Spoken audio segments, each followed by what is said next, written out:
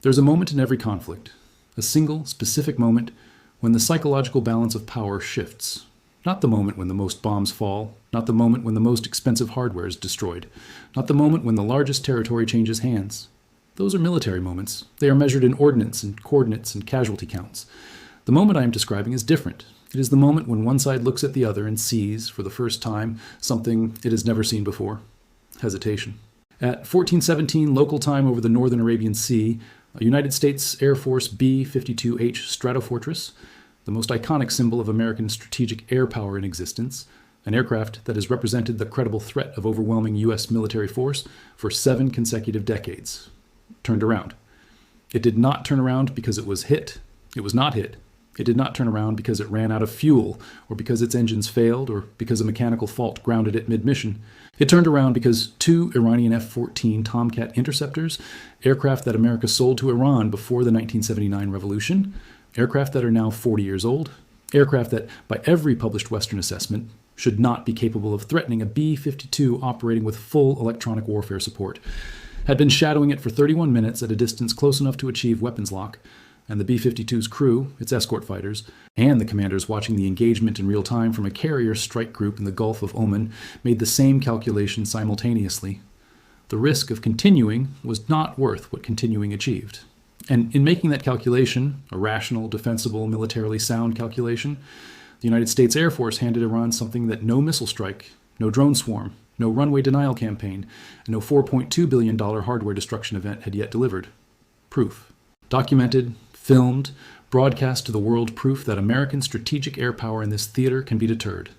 That a B-52, the aircraft that dropped more ordnance in the Vietnam War than all of World War II combined, the aircraft whose presence over a conflict zone has historically ended negotiations and broken enemy morale within hours, can be made to turn back by 2 jets that were built before most of its crew members were born.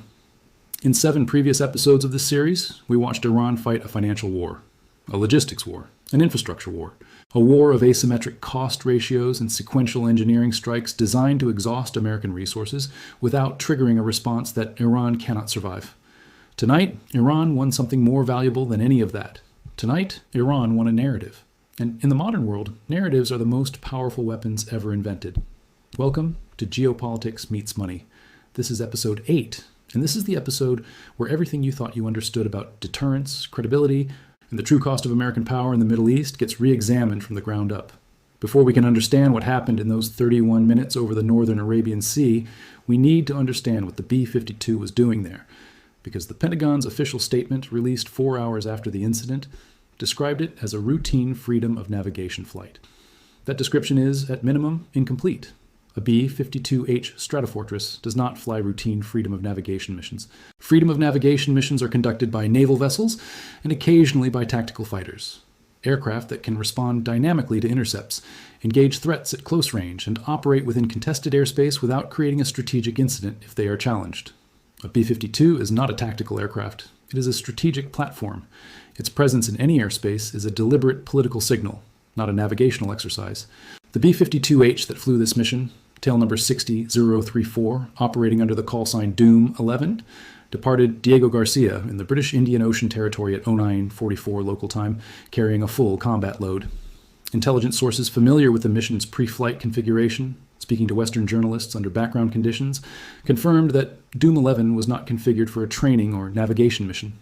It carried 12 AGM-158B JASSM ER cruise missiles, the Joint Air-to-Surface Standoff Missile Extended Range, with operational radius of approximately 925 kilometers, and 8 GBU-31 Joint Direct Attack munitions in its internal weapons bay. A B-52 carrying 20 precision strike weapons over the northern Arabian Sea, 48 hours after American B-2s destroyed Iran's deepest buried facility and eliminated the IRGC Aerospace Forces Distributed Command Network in Episode 7, is not on a freedom of navigation flight. It is on a demonstration mission. A deliberate, calculated show of force designed to communicate to Tehran that the B-2 strikes of Episode 7 were not the ceiling of American response, that the United States has additional strike capacity queued, ready and positioned within weapons release range of any target inside Iran that its planners choose to designate.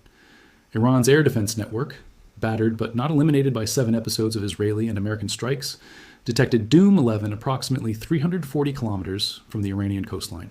The detection was achieved not by Iran's ground-based radar network, significant portions of which had been degraded by Tomahawk strikes in Episode 7, but by a signals intelligence asset that Western analysts had not previously accounted for in their published assessments of Iranian air defense capability, a Chinese-supplied over-the-horizon radar installation in southeastern Iran, operating on frequencies that the B-52's electronic warfare suite was not specifically programmed to jam, that had been quietly operational for 11 months without appearing in any Western threat assessment.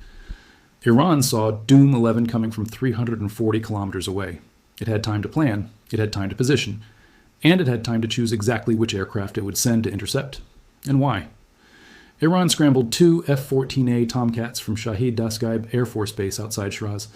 That choice requires explanation. Because Iran operates more modern fighters than the F-14, it has Su-30 flankers acquired from Russia, it has domestically upgraded F-4 Phantoms, it has Hessa Sayake fighters, indigenous designs based on reverse-engineered American technology. Any of these could have been scrambled to intercept a B-52.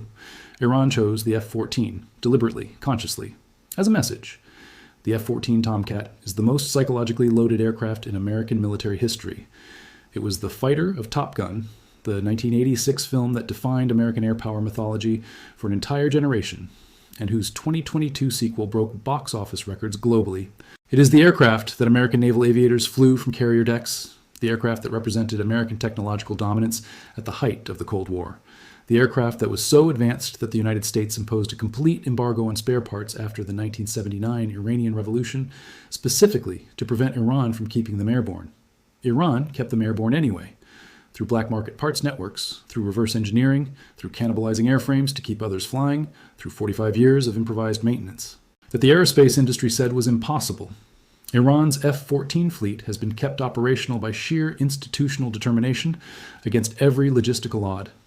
And now, in the most watched aerial intercept of the 21st century, Iran sent those aircraft, America's own technology, maintained against America's explicit embargo, flown by pilots trained on American doctrine, to turn back an American strategic bomber. The symbolism was not accidental. Nothing Iran has done across 8 episodes of this series has been accidental.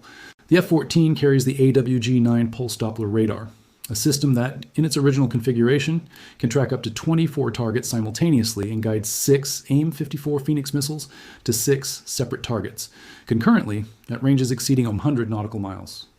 Iran's AWG-9 systems are degraded from 4 decades without American manufacturer support.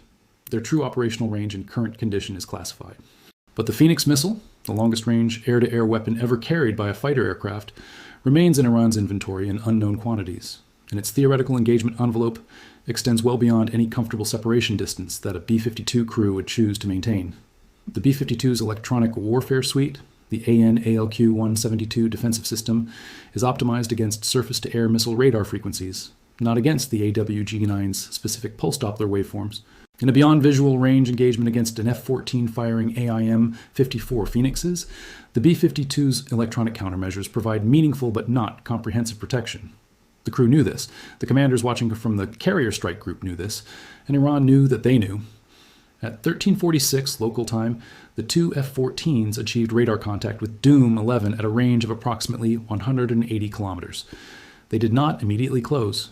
They paralleled the B-52's flight path at a distance of 140 kilometers, outside comfortable visual range, inside comfortable AWG-9 radar range, and began transmitting on Iranian military air traffic control frequencies that American signals intelligence assets monitoring the engagement could intercept and translate in real time.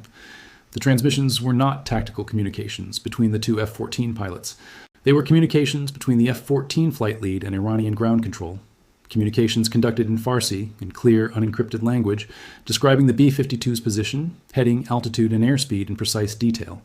Transmitting targeting data in the clear, on frequencies that American signals intelligence is known to monitor, is not a communications security failure. It is a deliberate demonstration. Iran was showing the B-52 crew, the carrier strike group commanders, and every American signals intelligence analyst listening in real time that it had Doom 11's complete flight parameters and was actively tracking every movement. At 1352, the F-14s reduced their separation distance to 90 kilometers and activated their AWG-9 radars in active track mode, a configuration that the B-52's radar warning receiver detects and displays as an active weapons quality track. The crew of Doom 11 received their first radar warning alert. Standard operating procedure in this situation requires the crew to notify their mission commander and await guidance. The mission commander, a brigadier general in the Combined Air Operations Center aboard USS Gerald R. Ford, was notified immediately. The 4 FA-18F Super Hornets assigned as Doom 11's fighter escort, operating approximately 60 kilometers ahead of the B-52 in a standard barrier combat air patrol formation, were ordered to close toward the F-14s and establish a defensive intercept position. This is where the engagement became genuinely dangerous, because closing FA-18s toward Iranian F-14s that are actively tracking a B-52 with weapons-quality radar creates the precise ambiguous situation in which a miscalculation by any single pilot on either side produces a missile launch that neither government has authorized. At 13:58, the lead F-14 pilot transmitted a warning on the international emergency frequency, a 121.5 MHz monitored by all aircraft, ordering Doom 11 to alter course away from Iranian territorial waters. The B-52 was not in Iranian territorial waters. It was in international airspace approximately 68 nautical miles from the Iranian coastline, well outside the 12 nautical mile territorial limit under international law.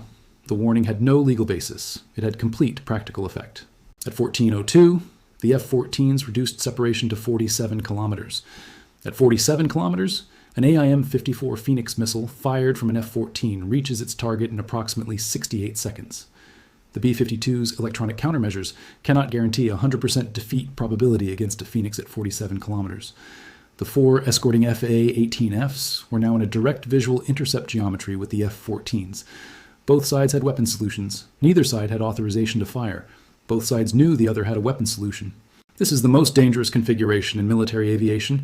It is called a mutual weapon solution standoff, a situation in which two opposing forces simultaneously have the capability to destroy each other and are waiting for a political decision to determine whether they do.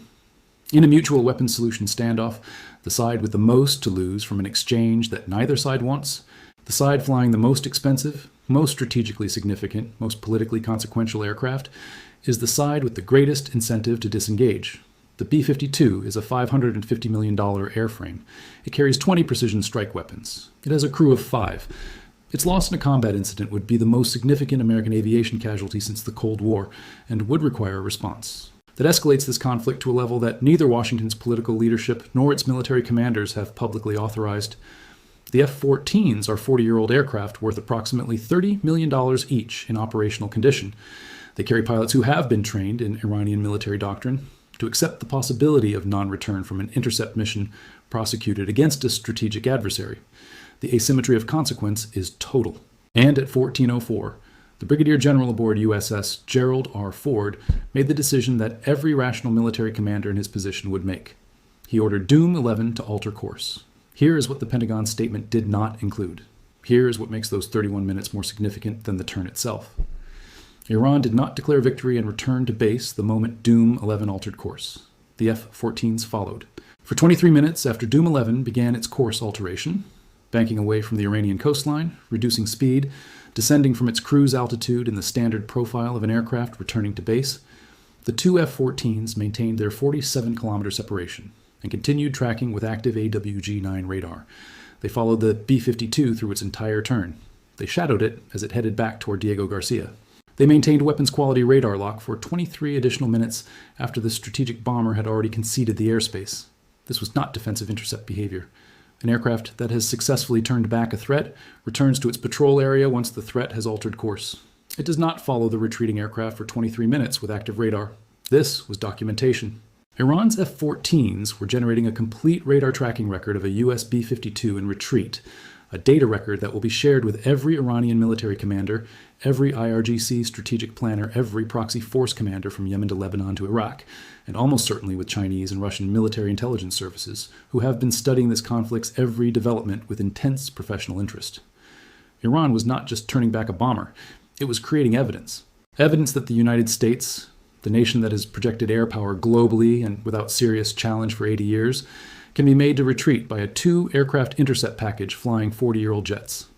That evidence is now in the world. It cannot be recalled, and its strategic consequences extend far beyond the northern Arabian Sea. In every previous episode of this series, there has been a turning point, the moment at which the apparent victor's momentum is arrested and the strategic picture complicates. Episode 8's turning point is not an action. It is an absence.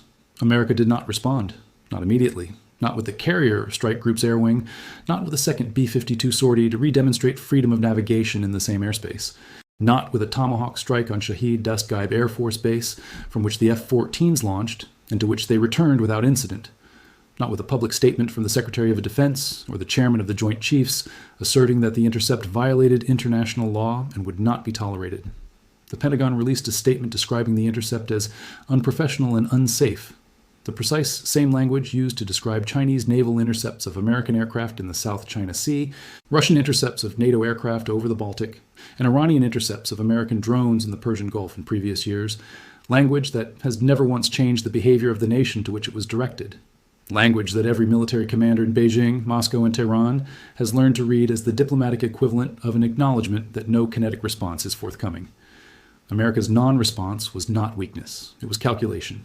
Striking Shahid Dastgaib in response to an intercept that produced no American casualties and no aircraft losses would require legal authorization, congressional notification, and public justification that the current political environment in Washington, where 3 separate Senate committees are already investigating the cumulative costs of 7 previous episodes in this series, cannot easily provide. But calculation and weakness produce identical signals when observed from the outside. And what Beijing, Moscow, Pyongyang, and every proxy force commander in Iran's network observed tonight was not American strategic calculation. They observed an American strategic bomber turnaround, and they drew their own conclusions. This is where Geopolitics Meets Money diverges most sharply from every other channel covering this incident, because the 31 minutes over the northern Arabian Sea are not primarily a story about Iran and the United States. They are a story about every nation on Earth that has been watching this conflict and updating its strategic assumptions accordingly. In Beijing, the People's Liberation Army Air Force has been conducting its own analysis of every aerial engagement in this series since Episode 1. Chinese military doctrine for a Taiwan contingency, the scenario that American military planners spend more time gaming than any other, depends critically on a single assumption: that the United States will project air power into the Taiwan Strait at acceptable risk and cost. Tonight's intercept challenges that assumption in ways that no Chinese military planner could have generated from a simulation. A B-52, the same aircraft type that the United States has used to conduct freedom of navigation flights through the South China Sea and the Taiwan Strait, specifically to demonstrate that American air power operates without constraint in contested airspace, has been demonstrated to be deferrable by a 2-aircraft intercept in a different theater. Chinese air defense doctrine now has a real-world precedent, a real-world engagement geometry, and a real-world data set to incorporate into its Taiwan Strait intercept planning that it did not have 24 hours ago. In Moscow, the Russian General Staff's analysis will focus on a different dimension entirely: the rules of engagement question. The B-52 was escorted by 4 Fa-18F Super Hornets. Those escorts did not fire when the F-14s achieved weapons lock and maintained it for 31 minutes.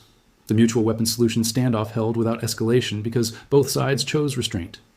Moscow's strategic planners are now modeling the question of whether that restraint would hold in a Baltic or Black Sea intercept scenario, and whether demonstrating a willingness to maintain weapons lock on American aircraft for sustained periods produces the same deterrent effect in European airspace that it produced tonight over the Arabian Sea. In Pyongyang, Kim Jong-un's military advisors are studying the cost ratio that Iran demonstrated and comparing it to North Korea's own intercept and deterrence capabilities against American bomber flights along the Korean peninsula, flights that the United States conducts regularly to signal resolve to both North Korea and South Korea simultaneously. In Caracas, in Minsk, in Bamako, and in every capital city where a government has been calculating how much American military credibility it can afford to challenge, tonight's 31 minutes are being studied as a case study in how to impose a strategic cost on American power projection without firing a single shot. Iran did not shoot down a B-52 tonight. It did something more consequential. It demonstrated a method, and methods, once demonstrated, proliferate. In financial markets, military credibility is not an abstraction. It is priced into every asset class that depends on American security guarantees for its valuation. The US dollar is the world's reserve currency not primarily because of American economic output, though that output is enormous, but because of American military credibility. The dollar's reserve status rests on the implicit guarantee that American power can be projected anywhere on Earth to protect the trade routes, the energy supplies, and the financial infrastructure that dollar-denominated global commerce depends upon. That guarantee is called the credibility premium. It is invisible in normal times. It becomes visible the moment it is questioned. Tonight, it was questioned. The dollar index, which measures the US dollar against a basket of major currencies, fell 2.3% in overnight trading following confirmation of the B-52 turnback. A 2.3% single session move in the dollar index is not a currency fluctuation. It is a seismic event. The last time the dollar index moved more than 2% in a single session was September 2022, during the peak of the UK gilt market crisis. Before that, March 2020, at the onset of the COVID-19 pandemic. Before that, the 2008 financial crisis. The dollar fell tonight because currency traders, the most unsentimental, most analytically rigorous participants in any financial market, looked at a B-52 turning around in front of two 40-year-old Iranian jets and updated their models of American deterrence credibility by 2.3%. Gold rose $180 per troy ounce to $3,847, its highest nominal price in history, as investors who hold gold specifically as a hedge against dollar credibility, erosion moves simultaneously and in the same direction. The gold move confirms the dollar move's interpretation. This is not a routine safe haven flight. This is a credibility repricing. American defense contractor stocks told a more nuanced story. Lockheed Martin, which has risen consistently across every episode of this series on the expectation of replacement hardware contracts, fell 3.1% tonight. The market's interpretation? A B-52 that turns back without engaging, produces no destroyed hardware, no replacement contracts, and no supplemental budget request. From a pure defense industry revenue perspective, American restraint is bad for business. American escalation is good for business, and tonight, America chose restraint.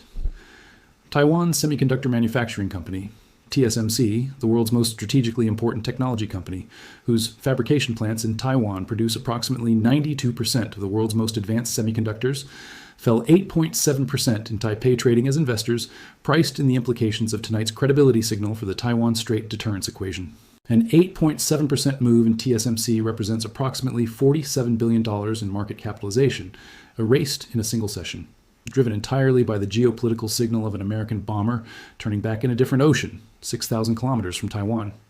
That $47 billion is the true financial cost of 31 minutes over the Arabian Sea, not the fuel, not the operational disruption, not the diplomatic fallout. The $47 billion that evaporated from the world's most important technology company because investors in Taipei recalculated the probability that American air power would show up undeferred if China moved on Taiwan. 14 hours after Doom 11 landed at Diego Garcia, the United States responded. Not with kinetic force, with something that the Pentagon calculates will be more durable than a strike, and something that Iran's planners almost certainly anticipated and incorporated into their scenario modeling before the F-14s ever left Shiraz. Secretary of Defense Lloyd Austin convened an emergency press conference at the Pentagon at 09:00 Washington time. The statement was carefully worded to accomplish three simultaneous objectives. Assert that the B-52's course alteration was a tactical decision, not a strategic retreat. Announce a package of measures designed to demonstrate continued American resolve in the theater, and avoid any language that commits the United States to a specific escalatory response that its political leadership has not yet authorized.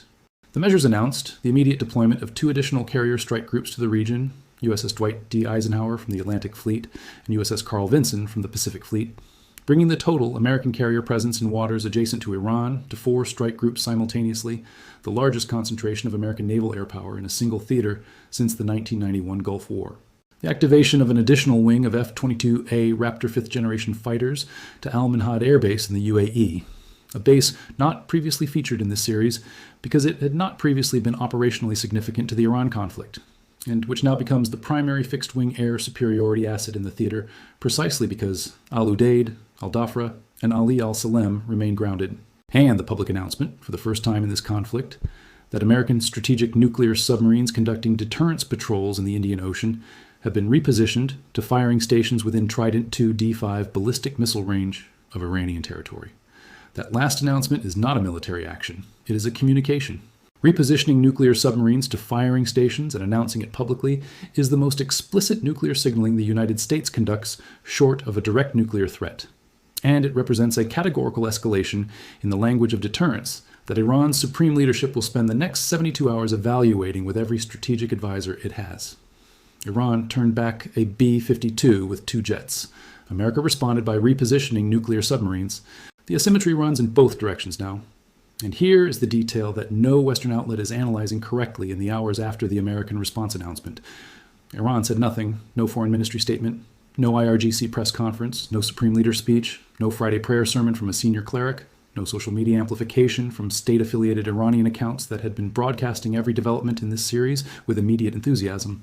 Complete institutional silence. In the language of strategic communication, silence is not the absence of a message. Silence is a message, and Iran's silence in response to the American nuclear submarine repositioning announcement communicates something specific to every government, every intelligence agency, and every strategic analyst monitoring this conflict. Iran received the submarine signal. Iran understands what it means. And Iran is choosing not to respond publicly, because responding publicly requires either accepting the deterrent effect of the submarine signal, which damages the narrative of Iranian strength that the F-14 intercept was designed to build, or rejecting the submarine signal with counter-rhetoric that escalates the nuclear dimension of this conflict to a level that Iran's supreme leadership has not authorized and does not want. Silence is the only option that preserves both the narrative victory of the F-14 intercept and the strategic caution that nuclear submarine signals demand. Iran turned back a B-52. America moved nuclear submarines. Iran went silent. The conflict has just entered a register that none of its previous 8 episodes inhabited. The military dimension, missiles, drones, runways, hardware, has not disappeared. But it has been joined by something far older and far more dangerous: the nuclear shadow. Here's the question that Geopolitics Meets Money has been building toward across 8 episodes and more than 12 hours of content. What is this conflict actually about? It began, in the public narrative, as an Iran-Israel military exchange. Ballistic missiles over Tel Aviv, a civilian airport shut down, a water plant destroyed. Then it expanded. American bases struck, American hardware destroyed, American runways cratered. Then it complicated. A B-52 turned back, nuclear submarines repositioned, the dollar index moved 2.3% in a single session. $47 billion evaporated from a Taiwanese semiconductor company because of 31 minutes over the Arabian Sea. At what point did this stop being a regional military conflict and become a restructuring of the global order? Because here is what Geopolitics Meets Money sees when it looks at the full arc of these 8 episodes together. Iran spent approximately $210 million in munitions across all 8 episodes. It grounded every American warplane in the Middle East for weeks. It destroyed $4.2 billion in hardware. It imposed an estimated $340 billion in cumulative global economic damage. It moved the oil price from $80 to $200 per barrel. It triggered a global recession projection from the IMF. It caused $47 billion to vanish from TSMC's market capitalization in a single session. And it turned back a B-52 with 2 40-year-old jets, generating a global credibility signal whose financial consequences dwarf every physical thing it destroyed across the previous 7 episodes. $210 million in, trillions in consequences out. Iran did not win this conflict militarily. It has not captured territory. It has not destroyed Israel's military capability. It has not expelled American forces from the Middle East. By every conventional military metric, Iran is a smaller, weaker, less technologically capable power that has absorbed devastating strikes against its most prized strategic assets. But by the metric that Geopolitics Meets Money was built to analyze, the intersection of military action and financial consequence, Iran has executed the highest return asymmetric campaign in modern history. It has demonstrated that a nation with the right targeting doctrine, the right sequencing logic, and the right understanding of how credibility is priced into financial markets can impose costs on a superpower that are orders of magnitude larger than its own investment. That demonstration is now in the world. China has seen it. Russia has seen it. North Korea has seen it. Every nation that has been calculating how much American military credibility it can afford to challenge has updated its model tonight. So here is the question. The final question. The one that 8 episodes have been building toward. Has Iran, in pursuing its asymmetric financial war against American power projection, inadvertently written the operational manual for the end of the unipolar world order that American military credibility has underwritten since 1991? Or does the repositioning of nuclear submarines, the oldest and most absolute deterrent signal in the American arsenal, demonstrate that the unipolar order has tools that no asymmetric campaign, no cost ratio, and no 31-minute F-14 intercept can ultimately defeat? Drop your answer in the comments. Share this video with anyone who thinks this conflict is just about missiles and runways, because it stopped being about missiles and runways 6 episodes ago. This has been 8 episodes of the GMM Iran series. From the Hajj Qasem over Tel Aviv to nuclear submarines in the Indian Ocean. From $80 oil to $200 oil. From a regional military exchange to a restructuring of global deterrence. This is Geopolitics Meets Money. Stay sharp.